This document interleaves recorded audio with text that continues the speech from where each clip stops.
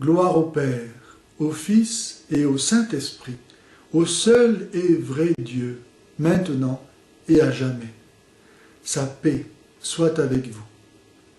On entend dire parfois que tous les hommes sont frères. Et c'est vrai que tous les hommes sont frères du fait qu'ils ont tous été créés par Dieu, le même Dieu. Mais si les hommes sont frères parce qu'ils ont été créés par Dieu, alors il faut en dire autant de toutes les créatures qui, elles aussi, ont été créées par Dieu. Ce qui faisait dire à saint François d'Assise, « Mon frère le soleil, ma sœur l'eau ».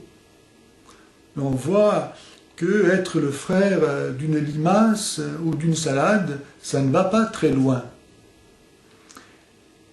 Surtout, ce qui nous donne à entendre que adorer Dieu en tant que créateur n'est pas l'adorer en vérité, c'est que la création elle-même ne peut pas rendre gloire à Dieu parfaitement, comme Dieu le mérite. Le plan du Créateur dépasse la création. Ce qui nous fait dire cela, c'est la présence du mal, du péché, dans la création, qui contredit le bien que Dieu commande. C'est la présence de la mort qui détruit la vie que Dieu donne gratuitement et généreusement. Il faut donc que cette création passe dans une nouvelle dimension, où il n'y ait plus de mal, plus de péché, plus de mort, rien qui s'oppose à l'amour et à la bonté de Dieu, à la vérité de Dieu. Cet ordre nouveau, cette nouvelle dimension, est la rédemption que Jésus a accomplie par son sacrifice, où il a détruit le péché, assumé librement, volontairement, jusqu'à la mort de la croix, afin de pouvoir le pardonner et ainsi le détruire, le plongeant avec lui dans la mort. Au matin de Pâques, par sa résurrection, Jésus a donné à notre humanité, qu'il avait assumée du sein de la Vierge Marie, une nouvelle dimension. Ainsi, il nous faut avoir une relation avec Dieu, notre Créateur, mais encore avec Dieu, notre Rédempteur. Le Verbe de Dieu fait chair, qui nous a donné sa vie. Cette vie que nous recevons par le baptême.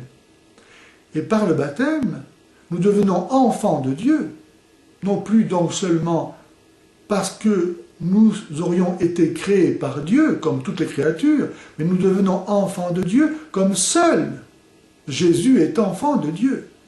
C'est-à-dire que Jésus n'est pas une créature. Il est Dieu né de Dieu. Lumière née de la lumière, vrai Dieu né du vrai Dieu.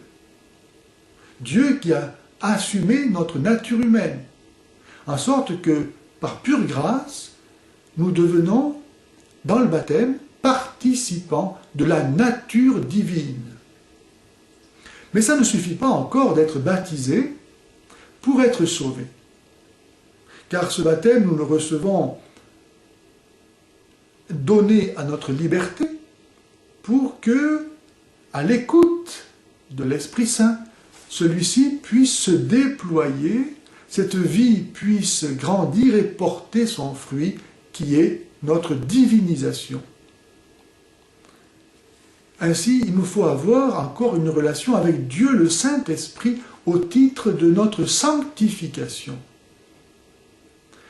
Écoutez le Saint-Esprit pour être inspiré par lui, pour avoir les pensées qui étaient celles de Jésus, pour avoir les désirs dignes de Dieu, pour avoir une vie qui soit sainte et digne d'être assumée par le Verbe incarné.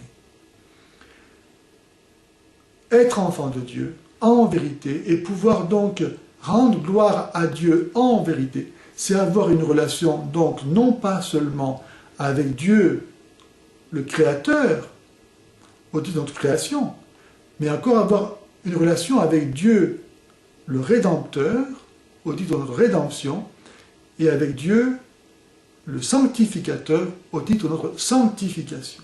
Avec Dieu le Père, avec Dieu le Fils, et avec Dieu le Saint-Esprit. Un seul Dieu, qui nous fait passer de la création de la terre à la vie éternelle avec lui dans son royaume. De sorte que nous devenions vraiment ce que Dieu a voulu que nous soyons de toute éternité, c'est-à-dire des êtres vivants de la même vie que lui.